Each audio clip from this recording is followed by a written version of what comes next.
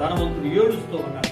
భూమి మీద చాలా ధనం ఉంది ఆయనకి, భూమి మీద చాలా ఐశ్వర్యం ఉంది, భూమి మీద చాలా ఆహారం ఉంది ఆయనకి. అయినప్పటికీ కూడా ఏమీ చేయలేకపోయింది. ఆస్తి కాపాడిందా? ధనం ఆయన కాపాడిందా? ప్రేమజనులారా, అందుకే అన్నాడు ధనము ప్రేమజనులారా, ధనము నీకుంటే అన్నమైన ప్రేమ అందరూ వస్తారు, కానీ ధనం అయిపోతే ఎవరు రాదు. కానీ దేవుడు మాత్రం నీకు ధనం ఉన్నా లేకపోయినా, నువ్వు కష్టాల్లో ఉన్నా, నువ్వు మంచివాడమైనా కాకపోయినా, పాపివైనా పరిశుద్ధుడైనా, దేవుడు మాత్రం నేను విడిచిపెట్టేవాడు కానీ దేవుడి స్తోత్రం హల్లెలూయా. చాలా మందికి ఒక వ్యక్తి పాపాత్ముడు అంటే దూరం జరిగిపోతాడు, లేదా ఒక వ్యక్తి చెడ్డవాడు అంటే దూరం జరిగిపోతాడు. కానీ పిల్లల దేవుడు మాత్రం అలా జరిగిపోయేవాడు కాదు.